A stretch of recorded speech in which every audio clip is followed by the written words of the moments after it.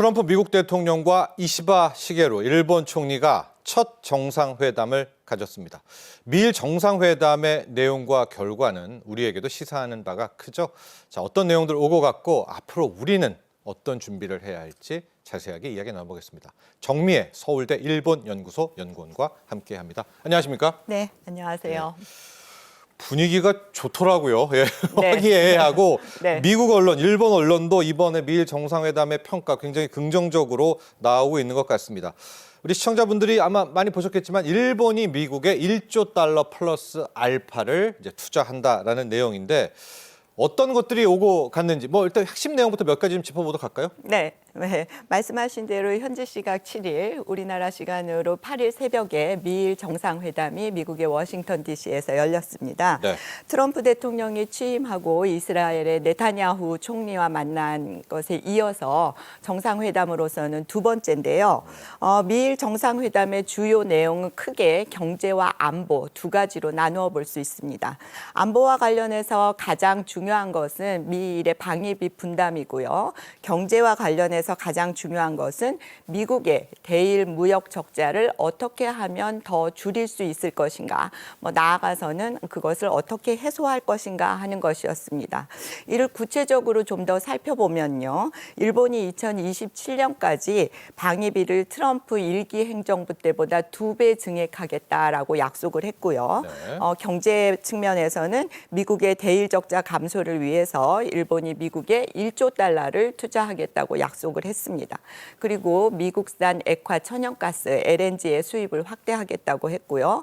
그리고 양국의 최대 현안이 미국의 철강 기업인 US 스틸의 일본 인수였습니다. 근데 이 US 스틸의 인수 문제와 관련해서는 매수가 아닌 대규모 투자로 합의를 봤습니다. 그리고 북한의 비핵화, 대중국 견제와 같은 내용들이 이번 미일 정상회담에서 논의가 되었습니다. 네, 지금 표가 나오고 있죠.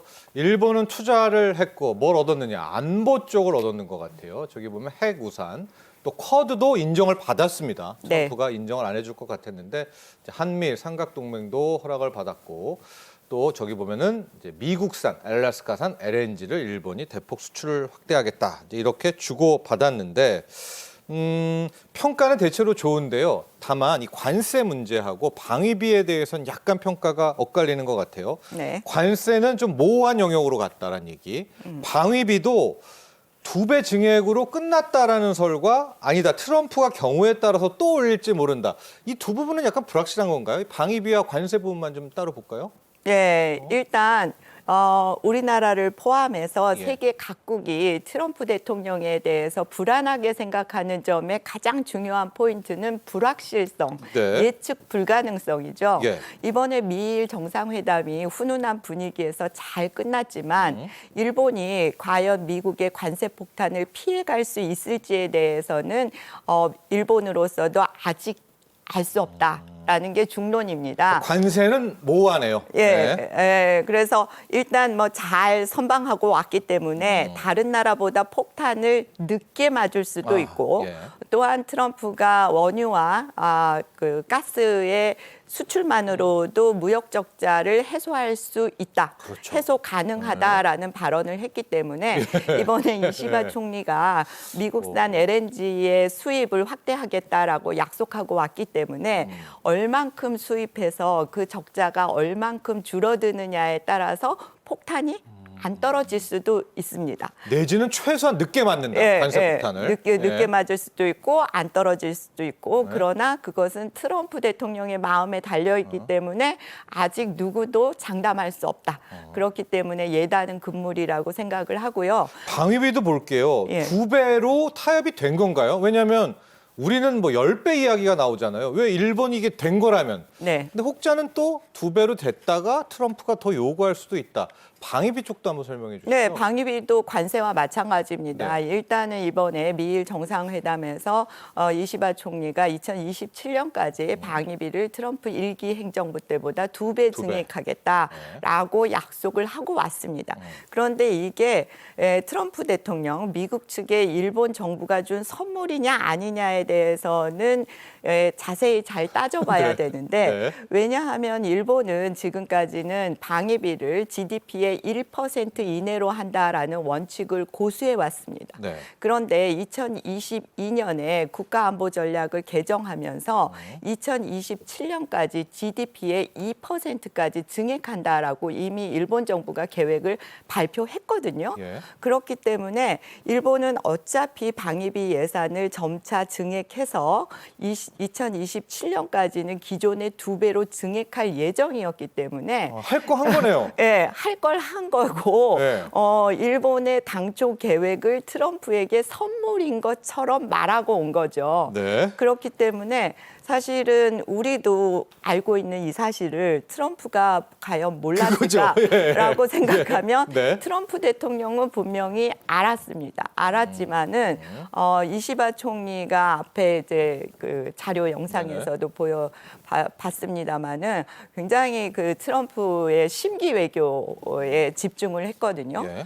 그렇기 때문에 그런 자신의 심기에 맞추려고 하는 이시바 총리의 그 노력, 그다음에 일본의 그 외교 스타일 이런 거에 만족하지 않았느냐라는 평가, 그런 해석들이 나오고 있습니다. 네. 그렇기 때문에 어쨌든 트럼프 대통령이 향후에 일본 측에 더 큰 방위비 분담을 요구할 여지. 수도 있다라는 그 여지는 아직 남아 있고요. 네. 근데 그렇게 될 경우에 한국 측으로서는 지금 현재 미국이 한국에 막대한 방위비를 요구할 요구. 것에 대해서 우려하고 있지 않습니까? 네. 그런데 일본은 내심 바라는 바이기도 합니다. 왜냐하면은 일본은 스스로 GDP의 1% 선을 깨고 2%까지 증액하겠다고 발표할 정도로 네. 방위비 증액을 통해서 군사력을 강화하고 싶어 합니다. 네. 그것을 트럼프 대통령이 어떤 면에서는 명분을 주는 거죠. 그렇기 때문에 이것이 과연 일본 정부에게 부담이냐 아니면은 선물이냐는 따져봐야 할 문제입니다. 알겠습니다. 일본 내부 언론을 좀 봐도요. 원래 이시바 총리를 그렇게 좋아하지 않았던 것 같은데 칭찬 일색이고 잘했다라는 평가입니다. 앞서 아부의 예수 이렇게도 나왔는데 촌스럽다. 외교에서는 네. 좀 뭐 그랬지 않습니까? 네, 네. 이시바 총리가 이렇게 잘할 줄 몰랐다. 평가가 좋네요. 네, 사실 이시바 총리가 미국에 가서 네. 트럼프 대통령에게 아부의 예술을 펼쳤다라는 표현이 나올 정도로 트럼프 대통령의 심기 외교를 하기는 했습니다. 네.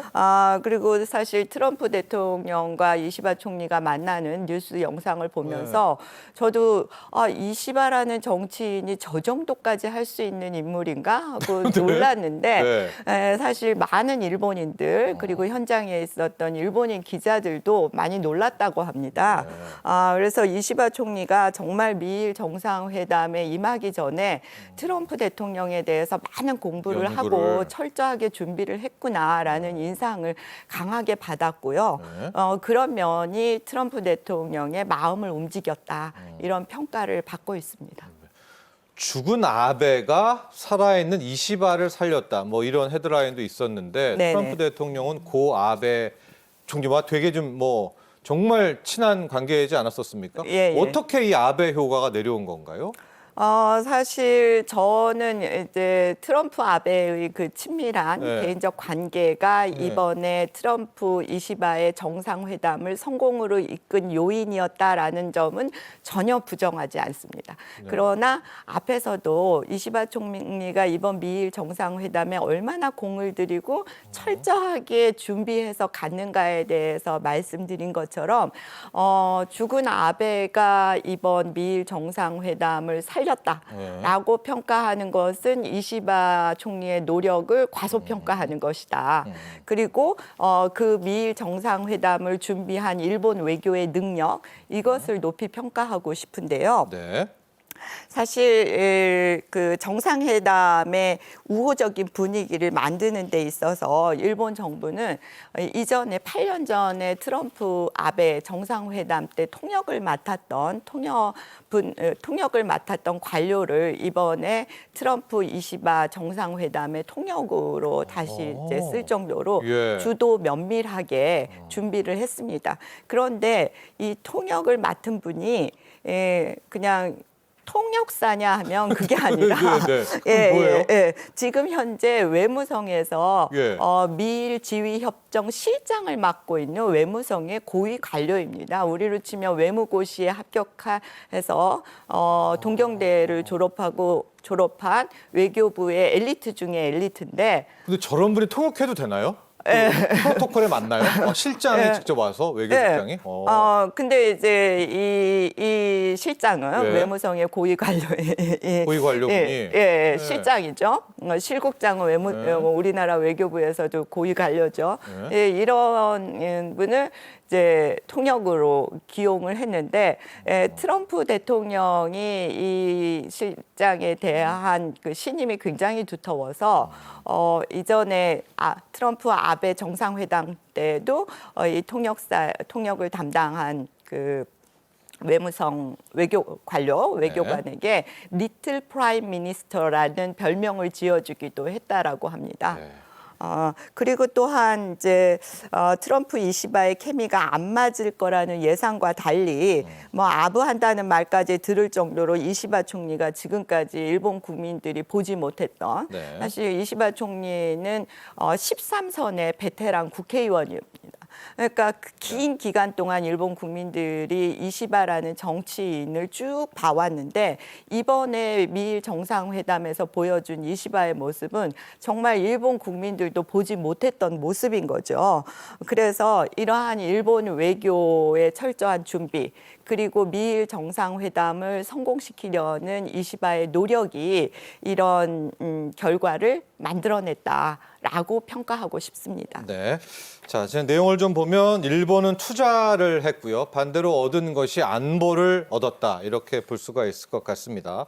센카쿠 열도에 대해서도 재확인하는 것들을 트럼프 대통령이 얻어냈고 방위비만 조금 더 들어가 보도록 할게요. 왜냐하면은 우리가 이 미일 정상회담에서의 방위비 이게 지금 확정이 된 건지 아닌지는 봐야 되겠지만 좀 벤치마크를 할 필요가 있죠.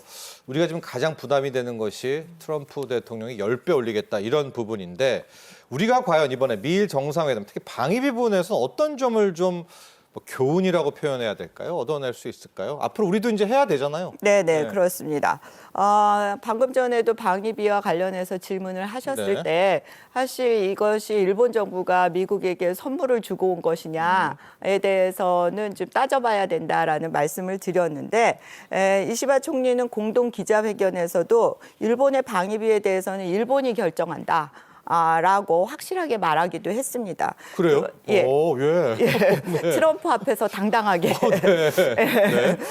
사실 이시바 총리는 그 일본 국회의원들 중에서도 방위상을 역임한 인물로 방위 전문가죠. 방위통인데 일본의 안보에 있어서 미일 동맹은 매우 중요하다. 그러나 대미 추종은 에 대해서는 상당히 이제 부정적인 입장을 가지고 있는 안보관을 가지고 있는 인물이기도 합니다.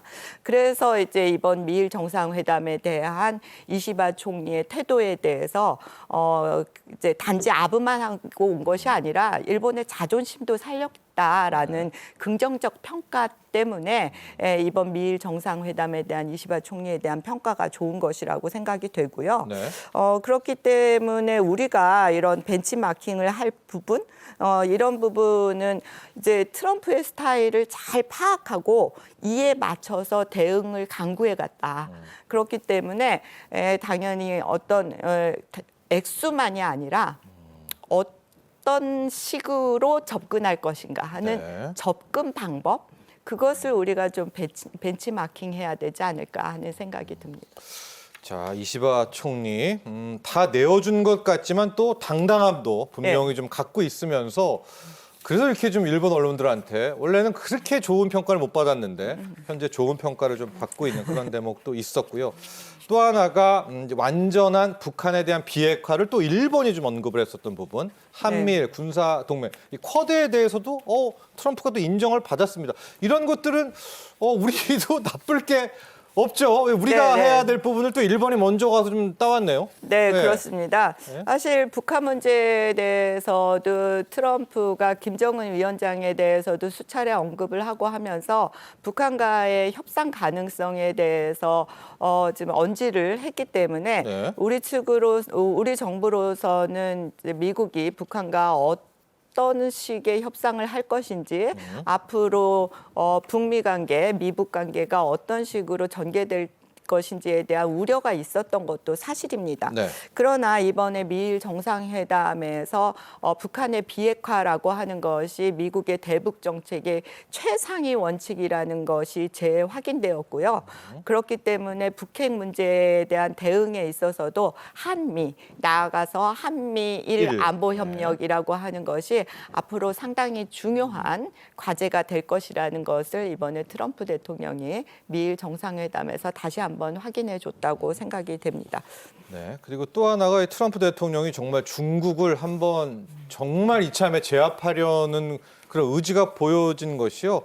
공동 성명문을 보면 이 중국이 동중국해에서 힘과 강압에 의해 현상을 바꾸려는 거에 대해서는 미국과 일본 모두 절대적으로 반대 의견을 표명한다.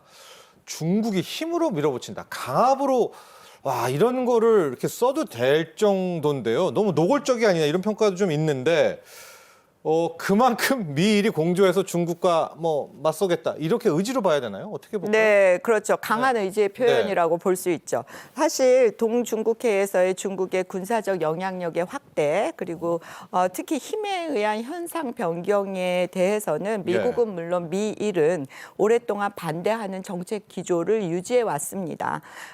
미일의 인도태평양 전략이라고 하는 것이 기본적으로 동아시아에서의 중국의 힘에 의한 현상 변경에 대한 반대라고 할 수 있고요. 다만 이번 미일 정상회담에서는 방금 말씀하신 것처럼 중국이 힘과 강압 그래서 강압이라는 표현이 들어갔고 또한 중국이라고 하는 명시적으로 중국이라는 주체에 대해서 공식적으로 언급을 했습니다. 그래서 중국이 힘과 강압에 의해 동중국해에서의 현상 유지 변화를 시도하는 것에 대해 강력한 반대를 표명한다라고 이제 공식적으로 언급을 했죠. 네. 그래서 이렇게 미일이 동중국해에서의 현상 변경에 대한 강력한 대응을 천명한 것은 트럼프 미국의 강력한 대중국 관세 정책에 대한 중국의 대응 정책, 즉 중국이 미국에 대해서 보복 관세를 취하거나 미국에 대한 수출 통제 등의 대응에 대해서 미일이 공동으로 협력할 것이다라는 것을 이번에 강력하게 중국에게 경고하는 의미를 담고 있다고 생각이 됩니다. 그렇습니다.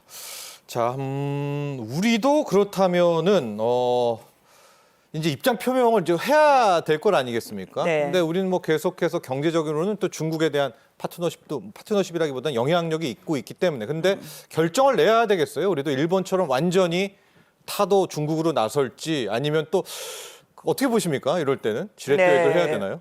사실 외교에서 가장 위험한 것이 선명성이라고 네네. 저는 생각을 하는데요. 사실 앞에서는 총을 겨누면서도 뒤에서는 악수를 하는 게 외교입니다. 외교죠. 네. 그렇기 때문에 사실 미국으로서는 보다 진일보한 입장을 우리 측에 요구해 올 가능성이 매우 높아 보입니다마는 말씀하신 것처럼 중국은 우리의 최대 무역 상대국이고요. 그리고 또한 북핵 문제 해결을 위해서는 중국의 협력은 불가피합니다. 한미일 안보 협력도 매우 중요하지만 이러한 중국의 협력이 불가피한 우리 입장에서 어떤 반중 노선을 선명하게 취하는 것이 과연 우리 국익에 실질적인 이득이 되는가에 대해서는 좀 더 현실적으로 따져봐야 되고요. 그렇기 때문에 저는 한미일 안보 협력의 큰 틀을 원칙적으로 유지하면서 중국과는 적대적인 관계가 되지 않도록 노력하는 부분이 굉장히 필요하고 네. 그러한 정책 접근이 중요하다고 생각합니다. 예를 들면은 동중국해 문제나 대만 문제의 평화적 해결을 위해 국제사회와 함께 노력하겠다 정도로 네. 나는 유보적이면서 척을 지지 않는 어느 쪽에도 척을 지지 알겠습니다. 않는 그런 태도가 좀 현명한 태도가 아닐까 이런 생각이 듭니다. US 스틸은 어떻게 될까요? 바이든도 막았고 트럼프 대통령도 일본 제철이 US 스틸 인수하는 걸 막았는데 일본이 이게 우회적으로 또 지분 투자로 들어가게 되려니 뭐 이러다가 결국 또 뭐 US 스틸도 일본에게 또 넘기지 않을까 이런 생각도 드는데 의견은 많은 것 같아요. 어떻게 보십니까? 네, 예. 사실 이시바 총리가 미일 정상회담을 마치고 돌아와서 뭐 NHK를 비롯해서 일본의 국내 언론들과 이제 미일 정상회담의 성과, 그다음에 그에 대해서 이런 뭐 인터뷰를 했는데요. 그 인터뷰에서 이시바 총리가 이런 말을 했습니다. 트럼프 대통령이 지금 현재 내걸고 있는 것은 제조업의 부활이다. 그리고 그 제조업의 부활에 있어서 철은 상징이다. 그렇기 때문에 트럼프 대통령과 미국인의 자존심을 살려주면서 일본이 실리를 취하는 방법. 그것은 US 스틸이 미국의 기업으로 남아 있으면서 단 철의 품질을 높이기 위해서는 일본이 대규모 필요하죠. 투자를 하는 네. 것. 이런 식으로 트럼프 대통령에게 자신이 직접 설명을 했고 네. 그러한 자신의 설명에 대해서 트럼프 대통령이 마음이 움직였다. 이렇게 설명을 했는데요. 그렇기 때문에 당분간 이 US 스틸은 미국의 기업으로 남아있는 상태에서 일본 정부의 매수 방향으로는 가지 않을 것 같아 보입니다. 그러나 이제 앞으로 협상이 어떻게 진행될지에 대해서는 좀 더 두고 봐야 할 것 같습니다. 네. 자, 트럼프 대통령이 이제 요르단, 인도, 이집트 이제 등등의 정상회담이 이어지고요.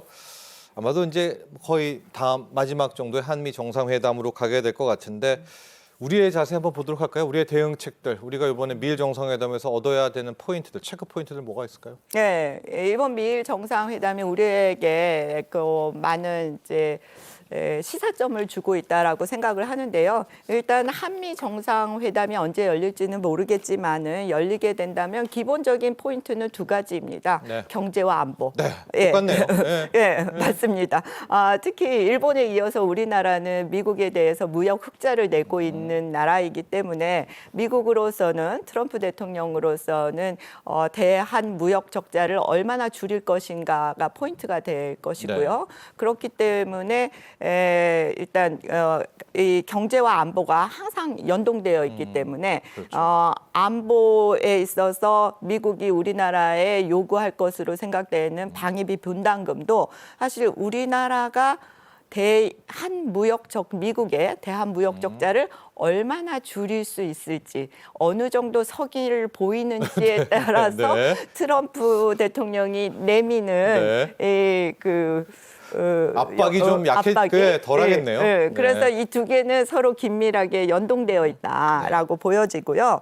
현재 한미 정상회담이 이루어지기 좀 어려운 상황이기 때문에 외교부 등 관련 부처를 중심으로 한 정책별 사안별 접근이 중요하다고 생각하고요. 그리고 의원 외교와 같은 방법을 통해서 트럼프 행정부와 협상 등 당면한 외교 현안에 대해서 좀 더 적극적으로 구체적인 측면에서 들어갈 필요가 있다라고 생각을 합니다. 알겠습니다. 자, 현재 정부도 이번에 미일 정상회담에 대한 결과, 내용 아주 만반의 대비 또 분석 또 준비하고 있습니다. 최상목 대통령 권한대행이요. 오늘 대외 경제 현안 간담회를 주재를 하면서 끝난 이 미일 정상회담의 결과 내용 분석도 좀 하고요.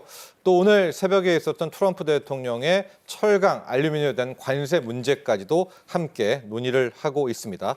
현재 정부도 발빠르게 대응 또 준비 태세를 갖추고 있다는 점 함께 전해드립니다. 자, 정미애 서울대 일본연구소 연구원 함께 주셨습니다. 오늘 감사합니다. 네, 감사합니다.